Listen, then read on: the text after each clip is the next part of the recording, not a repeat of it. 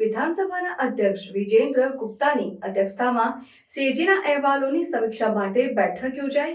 દિલ્હી વિધાનસભાના અધ્યક્ષ વિજેન્દ્ર ગુપ્તાએ 11 એપ્રિલ 2025ના રોજ વિધાનસભા પરિસરમાં એક મહત્વપૂર્ણ બેઠકનું આયોજન કર્યું હતું, જેમાં નાણાકીય સમિતિઓ દ્વારા તાજેતરમાં રજૂ થયેલા મહાલેખા નિયંત્રકના અહેવાલોની સમીક્ષા કરવામાં આવી। આ બેઠકમાં જાહેર ખાતા સમિતિ અને જાહેર ઉપક્રમોની સમિતિના અધ્યક્ષો અને સભ્યોની હાજરી રહી હતી।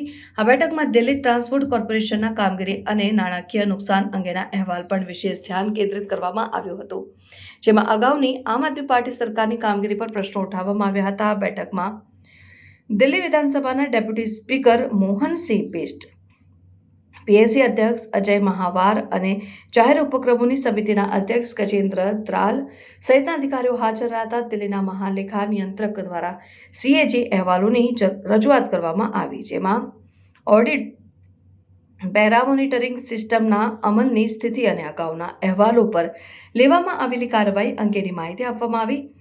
સીએજીના અહેવાલોમાં 2015-16થી 2021-22 સુધીના સમયગાળામાં ડીટીસીની કામગીરીમાં નોંધાયેલા ગેરરીતિઓ અને નાણાકીય નુકસાનોનો ઉલ્લેખ કરવામાં આવ્યો છે। અહેવાલ મુજબ સરકારની બેદરકારી અને ખોટી વ્યવસ્થાપનના કારણે દિલ્હીના કરદાતાઓના કરોડો રૂપિયાનું નુકસાન થયું છે। આ અહેવાલને હવે જાહેર ઉપક્રમોની સમિતિને મોકલવામાં આવ્યો છે, જેણે 3 મહિનાની અંદર પોતાની રિપોર્ટ રજૂ કરવાની સૂચના આપવામાં આવી છે।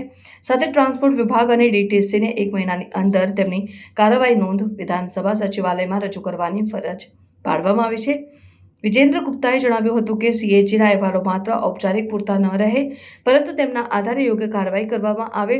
તેમણે તમામ સંબંધિત વિભાગોને સીએજીના અહેવાલોમાં ઉલ્લેખિત મુદ્દાઓ પર પગલાં લેવા અને સમયમર્યાદામાં તેમની કાર્યવાહી નોંધ રજૂ કરવાની સૂચના આપી છે। આ બેઠક દ્વારા વિધાનસભા અને નાણાકીય સમિતિઓએ સરકારની જવાબદારી નિર્ધારિત કરવાની દિશામાં એક મહત્વપૂર્ણ પગલું ભર્યું છે।